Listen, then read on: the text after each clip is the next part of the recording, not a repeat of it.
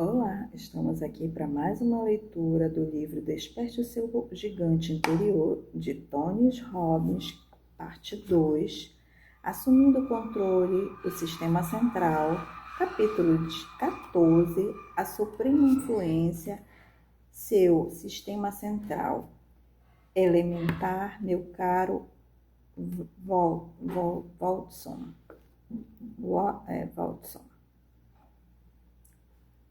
Com um pedido de desculpas a Sr. Arthur Conan Doyle.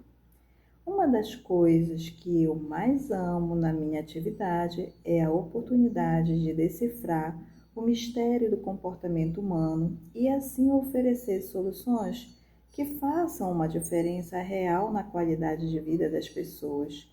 Sou fascinado pela explosão abaixo da superfície para descobrir o porquê por trás do comportamento de uma pessoa, encontrar suas convicções, perguntas, metáforas, referências e seus valores básicos. Como meu ponto forte é a capacidade de produzir resultados imediatos e mensuráveis. Tive de aprender, por necessidade, a localizar depressa os pontos de alavanca a fim de facilitar a mudança. Todos os dias devo viver o papel de Sherlock Holmes, investigando detalhes mínimos para juntar o quebra-cabeça da experiência singular de cada pessoa. Creio que pode dizer que sou um detetive muito particular. Há pistas denunciadoras do comportamento humano tão evidentes quanto um revólver fumegante. Às vezes, porém, as pistas são um pouco mais sutis e é preciso uma investigação mais profunda para descobri-las. Contudo, por mais diversificado que seja o comportamento humano, uma das coisas que me permitiu fazer o que faço com tanto sucesso é o fato de que, em última análise, tudo se resume a determinados padrões, construídos por elementos básicos específicos. Se tivermos a noção desses princípios organizacionais, passamos a ter condições não apenas de influenciar as pessoas para uma mudança positiva, mas também para compreender por que elas fazem o que fazem. Você deve compreender que o estudo do sistema central, que dirige todo o comportamento humano, é uma ciência, tanto quanto a química e a física, governado por leis previsíveis e padrões de ação e reação. Pense em seu sistema central. Os 5 componentes que determinam como você avalia tudo o que acontece em sua vida, como uma espécie de tabela periódica, detalhando os elementos do comportamento humano. Assim como toda a matéria física se decompõe para as mesmas unidades básicas, o mesmo acontece com o processo de comportamento humano, para quem sabe o que procurar. São a combinação e a estrutura, como usamos esses elementos, que tornam cada um de nós singular. Algumas misturas são voláteis e produzem resultados explosivos. Outras combinações neutralizam, algumas catalisam e algumas paralisam. Bombardeados como somos por incontáveis coisas que nos acontecem todos os dias, a maioria nem mesmo percebe que tem uma filosofia pessoal, muito menos o poder de orientar a avaliação do que as coisas significam para nós. A segunda parte deste livro é dedicada a ajudá-lo a assumir o controle direto do seu sistema central de avaliação, a força que controla a maneira que você se sente e o que faz em cada momento da sua vida. A compreensão do sistema central dos outros lhe permite determinar imediatamente A essência de uma pessoa, quer seja cônjuge, filho, patrão, sócio ou qualquer outra pessoa com quem se encontra todos os dias. Não seria um dos maiores dons que poderia ter, ser capaz de saber o que impulsiona as pessoas mais importantes para você, inclusive você próprio? Não seria maravilhoso ir além do transtorno ou desafios com alguém e compreender por que ele se comporta assim e depois, sem julgamento, ser capaz de imediatamente se religar com quem a pessoa realmente é? Com as crianças, em geral, nos lembramos que o mau humor indica a necessidade de um cochilo, em vez de uma disposição azeda. No casamento, é muito importante a capacidade de ver por meio das tensões cotidianas, a fim de que um possa apoiar o outro e fortalecer o vínculo que os uniu. Se o cônjuge sente a pressão do trabalho e descarrega a frustração, isso não significa que o casamento acabou. Em vez disso, é um sinal para a pessoa se tornar mais atenta e concentrar seu foco no apoio a quem ama. Afinal, você não julgaria o mercado de ações baseado apenas num dia em que o índice médio caiu 20 pontos. Da mesma forma, não se pode julgar o caráter de uma pessoa por um incidente isolado. As pessoas não são seus comportamentos. A chave para compreender as pessoas é compreender seus sistemas centrais a fim de se conhecer a maneira sistemática individual de raciocinar. Todos nós possuímos um sistema ou procedimento a que recorremos a fim de determinar o que as coisas significam para nós e o que precisamos fazer em relação a elas, praticamente em qualquer situação da vida. Precisamos lembrar que coisas diferentes são importantes para pessoas diferentes e que elas avaliarão o que está acontecendo de maneiras diferentes, baseadas em suas perspectivas e em seus condicionamentos. Imagine-se a jogar tênis e ter um péssimo serviço. Pela sua perspectiva, você errou. Pela perspectiva de ser adversário, foi um grande serviço para ele. Pela perspectiva do juiz de linha, o serviço não foi bom nem mau, foi apenas dentro ou fora. O que acontece depois que fazemos um lance ruim? As pessoas começam a generalizar e quase sempre de uma maneira enfraquecedora. Mas que péssimo serviço! Torna-se, eu não seria capaz de dar um bom serviço hoje nem para salvar minha vida? E é bem provável que os serviços seguintes sejam também abaixo da crítica. Depois, o trem da generalização aumenta a velocidade, passando de eu não seria capaz de dar um bom serviço hoje, nem para salvar minha vida, para nunca tive um bom serviço.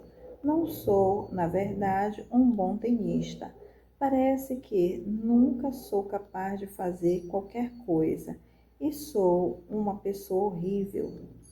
Parece absurdo, explicado assim, mas não é exatamente o que acontece em tantas áreas de nossa vida?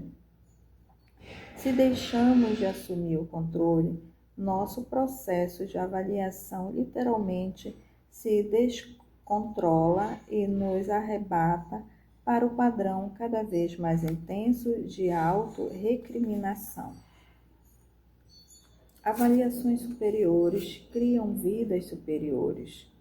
Ao estudar as pessoas mais bem-sucedidas em nossa cultura, um determinador comum que sempre encontro é a capacidade de efetuarem avaliações superiores. Pense em alguém que você considera um mestre de qualquer coisa, no mundo dos negócios, política, direito, arte, relacionamentos, saúde física, espiritualidade. O que levou pessoas assim a atingir o auge pessoal? O que fez o promotor Jerry Spence ganhar quase todos os casos em que atuou durante tanto tempo?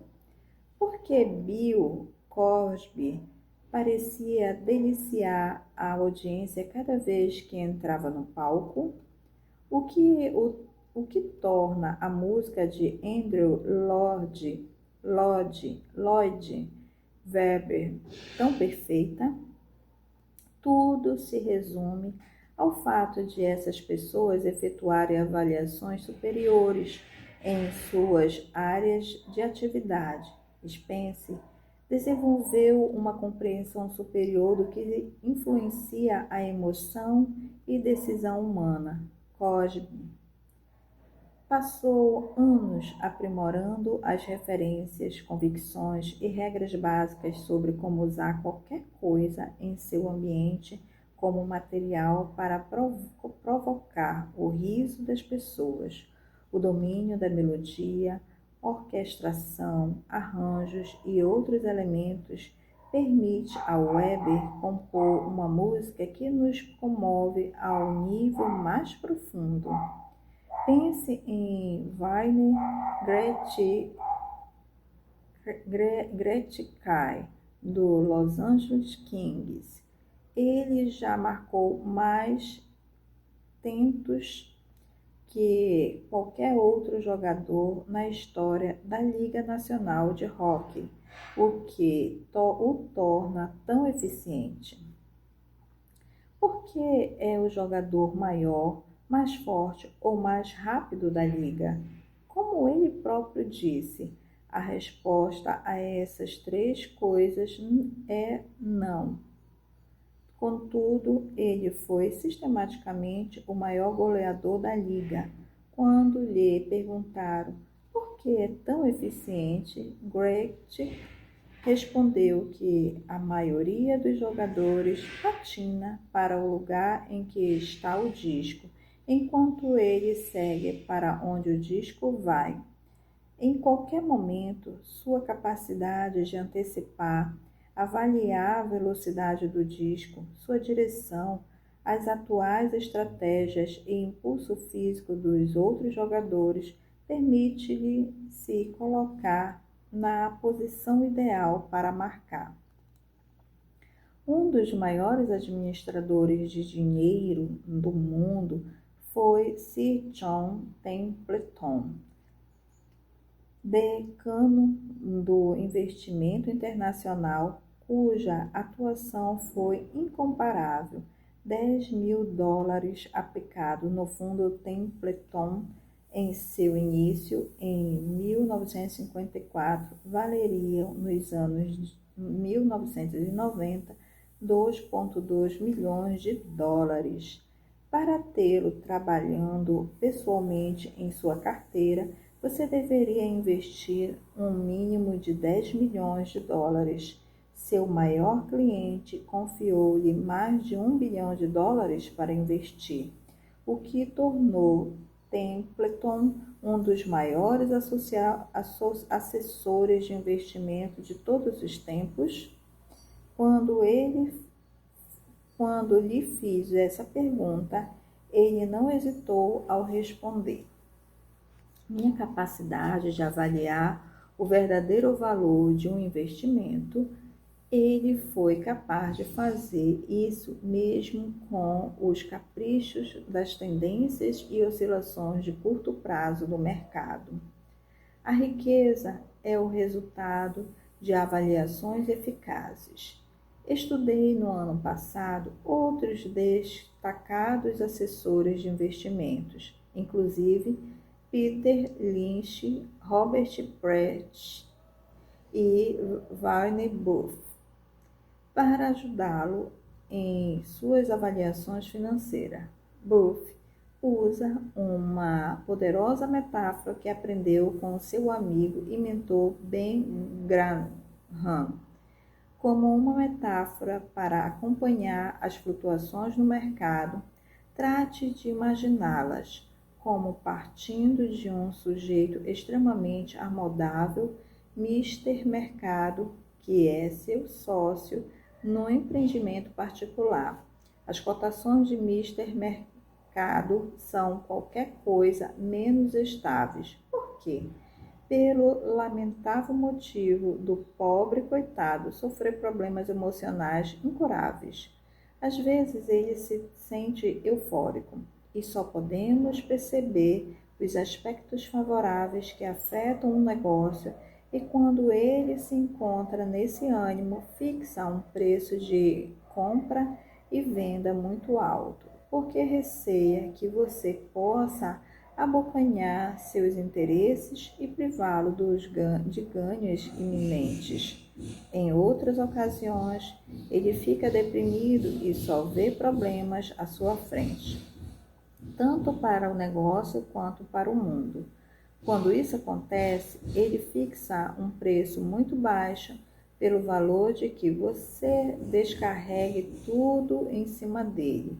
Mas, como Cinderela no baile, você precisa dar atenção a um aviso ou tudo se transformará em abóboras e camundongos. Mister Mercado está ali para servi-lo, não para guiá-lo. É sua carteira, não sua sabedoria, que será útil para você. Se ele aparecer algum dia numa disposição particularmente absurda, você tem toda a liberdade para ignorá-lo ou para se aproveitar desse comportamento, mas será desastroso se cair sobre sua influência. Na verdade, se você não tem certeza de que compreende e pode valorizar seu negócio muito melhor do que Mister Mercado, então não pertence ao jogo. É evidente que Buffett avalia suas emoções de investimento de uma maneira muito diferente daqueles que se preocupam demais quando o mercado cai ou ficam eufóricos quando sobe. E por que avalia de maneira diferente? Ele produz uma qualidade de resultado diferente. Se alguém está se saindo melhor do que nós, em qualquer área da vida, é apenas porque possui um meio melhor de avaliar o que as coisas significam e o que deve fazer a respeito. Nunca devemos esquecer que o impacto das avaliações vai muito além do rock ou finanças. Como avalia o que vai comer cada noite pode determinar a extensão e qualidade de sua vida. Avaliações deficientes sobre a educação dos filhos podem criar o potencial para um sofrimento vitalício. A falta de compreensão dos procedimentos de avaliação de outra pessoa pode destruir um relacionamento lindo e afetuoso. O objetivo, portanto, é ser capaz de avaliar tudo em sua vida de uma maneira que o oriente sistematicamente para fazer opções que produzam os resultados que deseja. O desafio é o fato de que raramente assumimos o controle do que parece ser um processo complexo, mas desenvolver meios de simplificá-los, a fim de pegarmos o timão e começarmos a guiar nossos procedimentos de avaliação e, por conseguinte, nossos destinos. Apresento a seguir uma breve análise dos 5 elementos de avaliação, alguns dos quais você já conhece, e os demais serão explicados nos capítulos seguintes. A seguir, você encontrará uma flecha apontando para alvos gêmeos. Esse diagrama demonstra como o nosso sistema central de avaliação funciona. Vamos analisar os 5 elementos, um de cada vez, e acrescentá-los ao diagrama no decorrer do processo. O primeiro elemento que afeta todas as nossas avaliações é o estado mental e emocional em que você se encontra ao efetuar uma avaliação. Há ocasiões em sua vida em que alguém pode lhe dizer uma coisa que o fará chorar, enquanto em outras o mesmo comentário o faria rir. Qual é a diferença? Pode ser simplesmente o estado em que você se encontra. Quando você está em um estado apreensivo e vulnerável, o som de pessoas além da janela à noite, acompanhado pelo ranger de uma porta se abrindo, vai lhe parecer e significar algo totalmente diferente do que ocorreria se estivesse num estado de excitamento e expectativa positiva. Se você estremece sobre as cobertas ou se levanta da cama de um pulo e corre para a porta com os braços estendidos, é o resultado das avaliações que fez sobre os sons. Um ponto importante para efetuar avaliações superiores, portanto, é ter certeza de que, ao tomar decisões sobre o que as coisas significam e o que fazer a respeito, estejamos num estado mental e emocional extremamente fértil, em vez de um ânimo de sobrevivência. 2. O segundo bloco do nosso sistema central é construído pelas perguntas que fazemos. As perguntas criam a forma inicial das avaliações. Lembre-se de que seu cérebro, em reação a qualquer coisa que ocorra em sua vida, avalia perguntando: o que está acontecendo? O que esta situação significa? Significa dor ou prazer? O que posso fazer agora para evitar, reduzir ou eliminar a dor ou obter algum prazer? O que determina se você convida alguém para sair?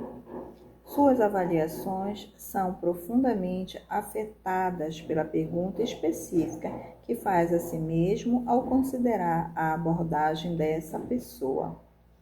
E você se pergunta: não seria maravilhoso reconhecer melhor essa pessoa? É bem provável que sinta motivado a abordá-la. Se, no entanto, habitualmente se faz perguntas como: e se a pessoa me rejeitar? E se ficar ofendida quando eu a abordar? E se eu sair magoado? Então, é óbvio que essas perguntas levarão por um conjunto de avaliações que resultarão na perda da oportunidade de se relacionar com alguém por quem tanto se interessa. O que determina o tipo de alimento que você porá em seu prato no jantar também depende das perguntas que se faz. Se você se pergunta sistematicamente ao olhar para a comida: o que eu poderia comer depressa que me proporcionaria um ânimo imediato, tenderá a escolher alimentos processados de conveniência. Mas se, em vez disso, perguntasse: o que eu poderia comer agora que seja nutritivo, é mais provável que opte por grupos de alimentos como sucos, frutas, legumes e saladas. A diferença entre tomar um refrigerante numa lanchonete, numa base regular, ou tomar um copo de suco de fruta exprimido na hora vai determinar a qualidade de seu corpo físico, um resultado da maneira como você avaliou. Suas perguntas habituais desempenham um papel da maior importância nesse processo. 3. O terceiro elemento que afeta suas avaliações é a hierarquia de valores. Cada um de nós, ao longo da vida, aprendeu a valorizar determinadas emoções mais do que outras. Todos queremos nos sentir bem, isto é, ter prazer, e evitar nos sentirmos mal, isto é, ter dor.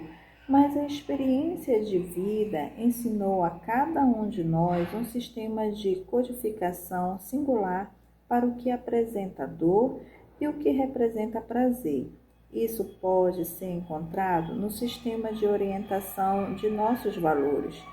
Por exemplo, uma pessoa pode ter aprendido a vincular prazer à ideia de se sentir segura, enquanto outra pode ter vinculado dor à mesma ideia, porque a obsessão de sua família com a segurança fez com que nunca experimentasse um senso de liberdade.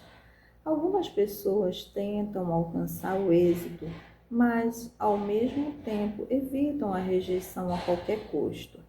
Está entendendo como esse conflito de valores pode levar uma pessoa a se sentir frustrada ou imobilizada?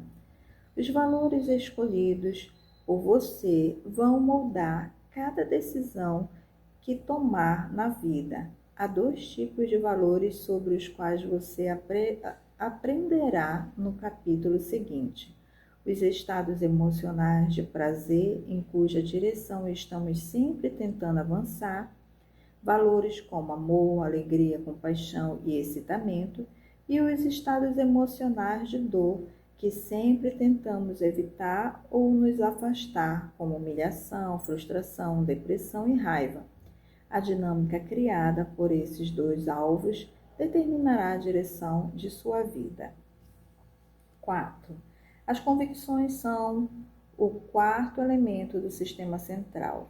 As convicções globais nos proporcionam um senso de certeza sobre como sentir e o que esperar de nós mesmos, da vida e das pessoas. Nossas regras são as convicções que assumimos sobre o que tem de acontecer para sentirmos que nossos valores foram satisfeitos. Por exemplo, algumas pessoas acreditam: se você me ama, então nunca levante a voz. Essa regra levará a pessoa a avaliar uma voz alteada como prova de que não há amor no relacionamento. Isso pode não se basear em fatos, mas a regra dominará a avaliação, e assim, as percepções e a experiência sobre o que é verdadeiro da pessoa. Outras regras limitadoras similares podem ser ideias como: se você é bem-sucedido, então ganha milhões de dólares. Ou se você é como um pai, então nunca tem conflitos com seus filhos. As convicções globais determinam nossas expectativas e muitas vezes controlam até o que nos dispomos a avaliar em primeiro lugar. Juntas, as forças dessas convicções determinam quando nos entregamos a uma experiência de dor ou prazer e constituem um elemento fundamental em todas as avaliações que fizermos. 5. O quinto elemento do sistema central é a miscelânea de experiências de referência a que você pode ter acesso. No gigantesco arquivo a que chama de cérebro, nele você guardou tudo que já experimentou na vida e também, diga-se de passagem, tudo que já imaginou. Essas referências constituem a matéria-prima que usamos para conduzir nossas convicções e guiar nossas decisões, a fim de decidir o que alguma coisa significa para nós. Temos de compará-la com outra. Por exemplo, esta situação é boa ou má? Pense no exemplo do tênis citado no início deste capítulo. É boa ou má em comparação com o quê? É boa comparada com o que seus amigos fazem ou têm? É má comparada com a pior situação que você já ouviu falar? Você dispõe de referências ilimitadas que pode usar ao tomar qualquer decisão. As referências que escolhem determinarão o significado que você extrai de qualquer experiência. Como se sente a respeito e também, até certo ponto, o que fará. Sem qualquer dúvida, as referências moldam nossas convicções e nossos valores. Pode perceber como faria diferença, por exemplo, se fosse criado um ambiente em que se sentisse sistematicamente explorado, em oposição a ser criado sentindo um amor incondicional? Como isso poderia influenciar suas convicções e os seus valores, a maneira como encarou a vida, as pessoas e as oportunidades? Se, por exemplo, você aprendeu a saltar de paraquedas em queda livre quando tinha 16 anos, pode desenvolver valores diferentes sobre a ideia de aventura do que alguém que foi rejeitado cada vez que experimentou uma nova habilidade, conceito ou ideia. Muitas vezes, os mestres são apenas pessoas que possuem um pouco mais de referência do que você sobre o que leva ao sucesso ou à frustração. Em qualquer situação determinada, é evidente que John Templeton, depois de 40 anos como investidor, tem mais referências para ajudá-lo a decidir o que é excelente investimento do que alguém que está efetuando sua primeira operação. As referências adicionais nos oferecem o potencial para o domínio da situação. Contudo, independentemente da experiência ou sua falta, temos meios ilimitados de organizar nossas referências em convicções e regras que nos fortalecem ou enfraquecem. A cada dia temos a oportunidade de absorver novas referências que podem nos ajudar a reforçar as convicções, refinar os valores, formular novas perguntas, ter acesso ao estado que nos impulsiona na direção que queremos seguir e realmente moldar nosso destino para melhor. A frase: os homens são sábios, não na proporção de sua experiência, mas sim de sua capacidade para a experiência. George Bernard Shaw. Há vários anos, comecei a ouvir histórias sobre o incrível sucesso de um homem chamado Duane Chapman em procurar e capturar criminosos que se haviam esquivado à justiça por muito tempo. Conhecido pela maioria das pessoas como Dog, ele se tornou famoso como o maior caçador de recompensa dos Estados Unidos. Fiquei fascinado, quis conhecê-lo pessoalmente e descobri o que o torna tão eficiente. Dog é um homem muito espiritual e seu objetivo não é apenas capturar o criminoso, mas também ajudá-lo a promover mudança em sua vida. De onde veio esse desejo? De sua própria dor. Quando jovem, Dog fazia avaliações ruins sobre as pessoas que escolhia para fazer amizade. Por seu desejo de pertencer a um grupo, ingressou numa gangue de motociclistas, os discípulos do diabo.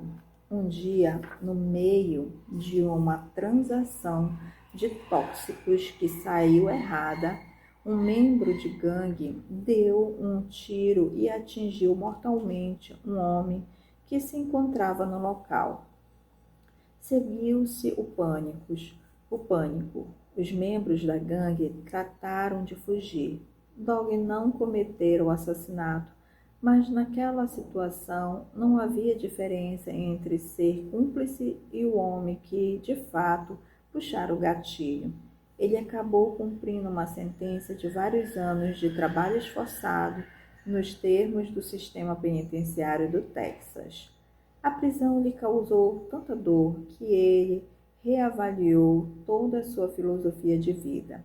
Começou a compreender que suas convicções, suas regras, seus valores básicos haviam lhe criado dor. Passou a fazer novas perguntas e a focalizar as experiências na prisão, referências, como sendo o efeito das opções que fizera com sua filosofia de vida anterior. Isso levou ao ponto em que concluiu que deveria mudar sua vida de uma vez por todas. Nos anos subsequentes à sua libertação, Dog empenhou-se em diversas carreiras alternativas, até que acabou abrindo uma agência de investigação particular. Foi processado pelo atraso nos pagamentos de pensão alimentícia, pagamentos que não pudera efetuar quando estava na prisão e no período do aperto financeiro depois de sua libertação. O juiz ofereceu a Dog uma oportunidade de ganhar dinheiro, em vez de exigir um pagamento que ele sabia que nunca poderia ser feito. Sugeriu que Dog procurasse um estuprador que atacara muitas mulheres na região de Denver.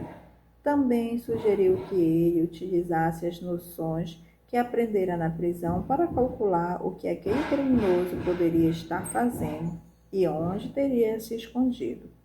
Há mais de um ano que as autoridades policiais vinham procurando em vão pelo estuprador, mas Dog conseguiu localizá-lo em apenas 3 dias.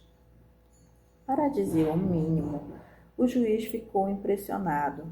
Foi o início de uma carreira brilhante. Mais de 3.000 prisões depois, Dog tem um dos melhores registros dos Estados Unidos, se não o melhor. Ele alcançou uma média de 360 prisões por ano, essencialmente uma prisão por dia. Um fator crítico, com toda certeza, é a avaliação que ele faz. Dog entrevista os parentes ou amigos de sua presa e, por diversos meios, obtém as informações de que precisa. Descobre alguns dos valores, convicções e regras habituais do homem ou mulher que está perseguindo. Passa a compreender suas referências de vida, o que lhe permite pensar da mesma maneira que a pessoa e antecipar seus movimentos. Com uma fantástica precisão, ele compreende os sistemas centrais dos foragidos e os resultados falam por si só. 2 tipos de mudança. Se queremos mudar qualquer coisa em nossa vida, é inevitavelmente uma de 2 coisas: como estamos sentindo ou nosso comportamento. Sem dúvida, podemos aprender como mudar nossas emoções ou nossos sentimentos dentro de um contexto. Por exemplo, se você se sente apreensivo ou rejeitado como um ator, eu posso ajudá-lo a se condicionar para que não mais se sinta amedrontado. Ou podemos efetuar o segundo tipo de mudança, uma mudança global. Uma metáfora para isso poderia ser a seguinte: se quisermos mudar a maneira como seu comportamento está processando os dados, posso mudar o software que você usa e assim, quando bater nas teclas, o que vai aparecer na tela estará formatado de modo diferente. Ou se realmente quero efetuar uma mudança que afetará não apenas esse tipo de arquivo, mas ambientes múltiplos, posso mudar o sistema de operação do computador. Pela mudança do sistema central, podemos mudar sua interação numa variedade de circunstâncias. Assim, em vez de apenas se condicionar a se sentir diferente em relação à rejeição e eliminar os comportamentos de medo, você pode adotar uma nova convicção global que diria o seguinte: sou a fonte de todas as minhas emoções. Nada e ninguém pode mudar como me sinto a não ser eu. Se me descubro em reação a alguma coisa, posso mudar isso no mesmo instante. Se você adota essa convicção para valer, não em termos intelectuais, mas sim emocionalmente, você a sente com certeza absoluta. Pode perceber como isso eliminaria não apenas seu medo de rejeição, mas também seus sentimentos de raiva, frustração ou inadequação. Subitamente, você se torna o dono de seu destino. Ou podemos mudar seus valores e fazer com que o valor mais alto seja o de contribuir. Neste caso, você não se incomodaria se alguém o rejeitasse. Ainda haveria de querer contribuir e, por meio da constante contribuição, se descobriria não sendo mais rejeitado pelas pessoas. Também se descobrirá impregnado por um senso de alegria e contato que talvez nunca tenha experimentado antes em outras áreas de sua vida. Ou podemos mudar seus sentimentos condicionados em relação ao fumo ao levá-lo a deslocar saúde e vitalidade para o alto de sua lista de prioridades. A partir do momento em que se torna a maior prioridade de sua vida, o comportamento de fumar vai desaparecer e, ainda mais importante, pode ser substituído por outros comportamentos que sustentarão seu novo valor de saúde e vitalidade, comer diferente, respirar diferente e assim por diante. Os dois tipos de mudanças são valiosos. O foco da segunda parte deste livro é como criar essas mudanças globais em que uma única alteração num dos 5 elementos do sistema central afetará profundamente a maneira como você pensa, sente e se comporta em diversas áreas de sua vida ao mesmo tempo. Se você muda um único elemento em seu sistema central, há certas considerações que passará a ignorar, certas perguntas que não vai mais formular, convicções que o computador nem mesmo aceitará. Esse processo de criar uma mudança global pode ser uma força poderosa para moldar o destino. A frase: elimine a causa e o efeito cessa. Miguel de Cervantes. Há uma história que adoro contar de um homem que se encontra parado na beira de um rio e de repente avista alguém sendo arrastado pela correnteza impetuosa na direção de rochedos e ouve gritando por socorro. Ele mergulha no rio, leva o homem se afogando para a segurança, aplica a respiração boca a boca, cuida dos ferimentos e pede ajuda médica. Ainda está recuperando o fôlego quando ouve mais 2 gritos partindo do rio. Torna a entrar na água, efetua outra arriscada operação de salvamento, desta vez de 2 moças. Antes de sequer ter tempo de pensar, houve mais 4 pedidos de socorro. Não demora muito e o homem está exausto, tendo salvado uma vítima depois de outra, e ainda assim os gritos continuam. Se ao menos ele tivesse percorrido uma curta distância rio acima, poderia descobrir como estava jogando todas aquelas pessoas na água em primeiro lugar. Pouparia muito esforço, cuidando do problema na causa, em vez do efeito. Da mesma forma, a compreensão do sistema central lhe permite eliminar a causa, em vez de se esgotar a combater os efeitos. Um dos melhores programas que já planejei é o meu seminário Encontro com o Destino, de 3 dias, em vez dos habituais 2.000 participantes. Limito esse programa a 200 pessoas. No Encontro com o Destino, trabalhamos juntos para ajudar cada pessoa a compreender exatamente como seu sistema central é formado.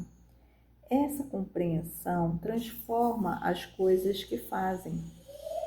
Também aprendem a mudar praticamente qualquer coisa em sua vida. Mais importante ainda, fazemos com que projetem o que o sistema central de cada uma precisa para que possamos alcançar seu supremo propósito na vida. Como podemos se organizar para que, sem esforço, sejam levados na direção de seus desejos, em vez de serem dilacerados por um senso de valores, convicções ou regras conflitantes? Algumas das perguntas mais importantes que fazemos neste programa são: quais são os valores que estão me controlando? E como sei quando meus valores estão sendo atendidos? E quais são os meus valores? O seminário Encontro com Destino tem contado com a participação não apenas de senadores e deputados federais americanos, executivos das 500 maiores empresas relacionadas pela revista Fortune e artistas de cinema, mas também com pessoas de todos os escalões da vida. Todos temos em comum alguns desafios, como lidar com desapontamento, frustração, fracasso e determinados eventos em nosso ambiente que não podemos controlar, por mais bem-sucedido que nos tornemos. As emoções que sentimos e as ações que realizamos se baseiam no modo como avaliamos as coisas. E, no entanto, a maioria das pessoas não institui um sistema de avaliação próprio. As profundas mudanças que as pessoas experimentam nesse programa em apenas 3 dias são indescritíveis. As pessoas realmente mudam em questão de momentos a maneira como pensam, o que sentem em relação às suas vidas, o que assume o comando da parte do cérebro que controla a experiência de vida. As mudanças acabam se tornando emocionais, até mesmo físicas, à medida que o cérebro fixa novas prioridades para o que é mais importante. Embora este livro não seja um substituto para o encontro com o destino, quero oferecer os mesmos instrumentos básicos que usamos nesse programa para o seu uso imediato. Com os capítulos subsequentes, você pode produzir os mesmos tipos de mudanças em sua vida a partir de agora. Teste o que aprendeu. A fim de estimular seu pensamento sobre o funcionamento do sistema principal, farei algumas perguntas provocantes que devem abrir as comportas de seu pensamento e ajudá-lo a identificar como partes diferentes de seu sistema são usadas para tomar decisões. Responda a estas perguntas antes de continuar a ler. Primeiro, qual é a sua lembrança mais apreciada? 2. Se puder colocar como a fome no mundo hoje, matando uma única pessoa inocente, você o faria? Por que sim ou por que não? 3. Se batesse num poste vermelho, deixando-o amassado, e não houvesse ninguém por perto, você deixaria um bilhete? Por que sim? Por que não? 4. Se pudesse ganhar $10.000 comendo um prato cheio de baratas vivas, você o faria? Por que sim ou por que não? Agora, vamos analisar como você respondeu a cada uma dessas perguntas. Consultando o diagrama do sistema central, qual das 5 áreas de avaliação você usou para responder a primeira pergunta? Com toda certeza, fez uma pergunta para si mesmo, a fim de iniciar a avaliação. Provavelmente repetiu a pergunta que eu formulei. A resposta, no entanto, foi extraída de suas referências, não é mesmo? Verificou as incontáveis experiências que teve ao longo da vida e escolheu uma como a sua lembrança mais apreciada. Ou talvez não tenha selecionado uma porque acalenta uma convicção de que todas as experiências na minha vida são valiosas, ou escolher uma em detrimento de outra vai denegrir algumas experiências de vida. Essas convicções o impediram de responder à pergunta, ou seja, o sistema central de avaliação não apenas determina o que avaliamos e como avaliamos, mas até mesmo o que estamos dispostos a avaliar.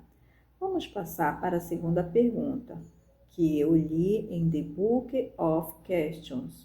Se pudesse acabar com a fome no mundo hoje, matando uma única pessoa, você o faria? Quando faço essa pergunta às pessoas, recebo sempre as respostas mais intensas. Algumas pessoas dizem, claro que sim, com o argumento de que a vida de muitos supera a vida de um único indivíduo. Por essa visão, se uma pessoa estivesse disposta a sofrer para acabar com todo o sofrimento do mundo, o fim justificaria os meios. Outros se mostram consternados com tal pensamento.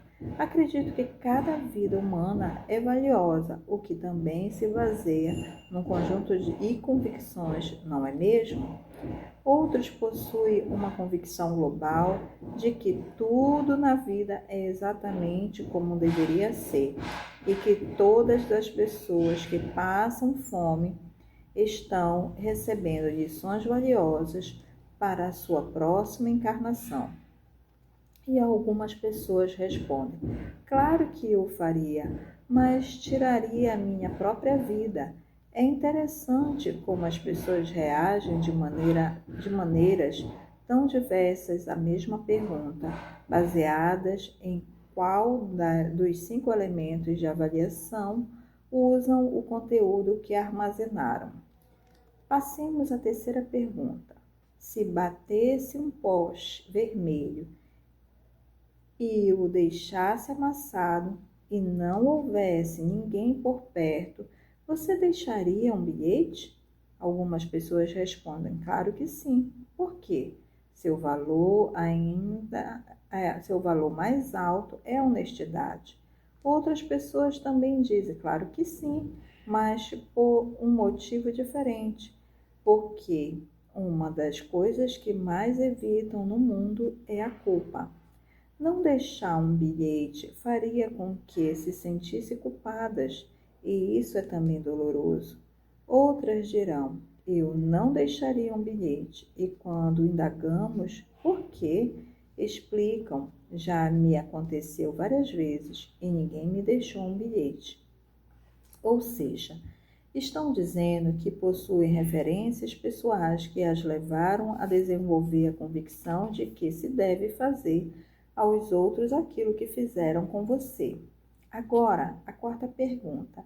Se pudessem ganhar $10.000 comendo um prato cheio de baratas, você o faria? Invariavelmente, recebo bem poucas respostas afirmativas. Por quê? As referências da maioria das pessoas para baratas, as imagens e sensações que guardaram em seus corpos são intensamente negativas. Baratas não são algo que querem pôr em seus organismos. Depois, no entanto, aumenta a oferta. Quantos de vocês fariam isso por $100.000? Pouco a pouco, ocorre uma mudança. Pessoas que antes disseram não começam a levantar a mão. Por que de repente se mostram dispostos a fazê-lo por $100.000? O que aconteceu com seu sistema de avaliação? Duas coisas. Fiz uma pergunta diferente, mudando uma palavra. E segundo, as pessoas têm a convicção de que $100.000 poderia eliminar muita dor em suas vidas, talvez alguma dor a longo prazo, que seria mais difícil de lidar do que a dor a curto prazo de ter baratas vivas descendo pela garganta. E que tal US$ 1 milhão? Ou 10 milhões? Agora, a maioria das pessoas na sala levanta a mão. Acreditam que o prazer ao longo prazo que US$ 10 milhões proporcionariam a si mesmas e a outros superaria em muito a dor a curto prazo. Ainda assim, algumas pessoas não comeriam baratas vivas por dinheiro algum. Quando indagadas por que não, respondem coisas como: eu nunca seria capaz de matar uma coisa viva. Outras pessoas dizem: eu mato baratas o tempo todo só porque estão no meu caminho. Um homem chegou a dizer que poderia comê-las com a maior facilidade e que o faria por prazer, não pelo dinheiro. Por quê? Foi criado num lugar em que baratas e outros insetos são considerados uma iguaria. Pessoas diferentes têm referências diferentes e meios diferentes de avaliar as coisas. Não é interessante? Chega um momento. Ao estudarmos os 5 elementos do sistema central, há um outro tema que precisamos ter sempre em mente. É possível haver uma superavaliação. Os seres humanos adoram analisar as coisas à saciedade. Há um momento, porém, em que temos de parar de avaliar e entrar em ação. Por exemplo, algumas pessoas fazem tantas avaliações que até uma pequena decisão se transforma numa grande produção. Talvez não sejam capazes de fazer exercícios como parte regular de um estilo de vida. Por quê? Encaram como uma grande produção, pela maneira como englobam a decisão, o jeito como a consideram. Há tantas que se sentem intimidadas. Aí a gente tem aqui um quadro, uma folha com NAC, o Sistema Central, a Psicologia da Mudança. É essa. Uma mente, um cérebro. E aí temos os 6 passos básicos para mudar. 1. Decidir o que você realmente quer e o que o impede de ter agora. 2. Obter uma alavanca. Associe dor intensa a não mudar agora e um prazer intenso à experiência de mudar agora. 3. Interrompa o padrão limitador. 4. Crie uma alternativa nova e fortalecedora. 5. Condicione o novo padrão até que se torne sistemático. 6. Experimente. A fim de fazerem exercício, as pessoas devem 1. Levantar. 2.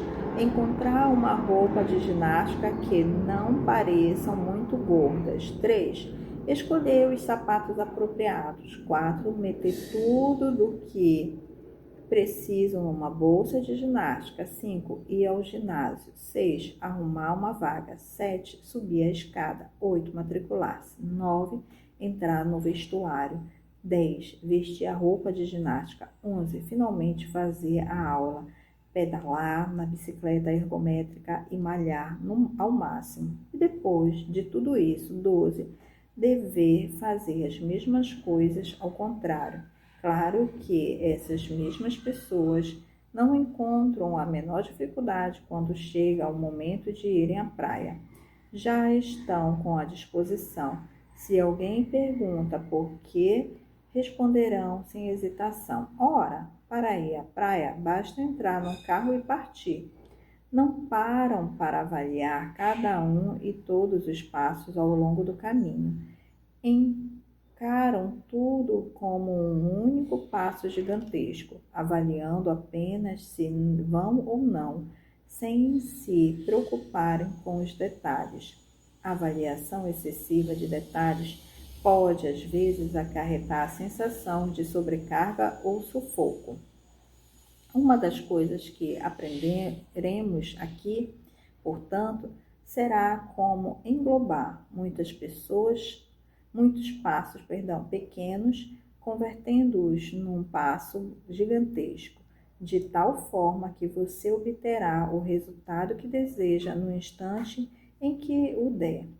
Nesta parte, vamos analisar nosso sistema de avaliação, aplicá-lo de uma maneira que faça sentido e depois começar a usá-lo, em vez de ficar deliberando a respeito. Ao ler os capítulos seguintes, compreenda que tem uma oportunidade de criar uma alavanca para si mesmo, a fim de produzir mudanças que nunca antes julgou que seriam possíveis. Mas vamos aos fatos. Serei seu treinador no processo de revelar qual é o seu atual sistema de avaliação e de instruir um novo sistema central que seja consistentemente fortalecedor. Você já conhece o poder do estado e das perguntas, e agora passaremos para a terceira área de avaliações. Analisemos os pontinho. Até a próxima leitura. Gratidão.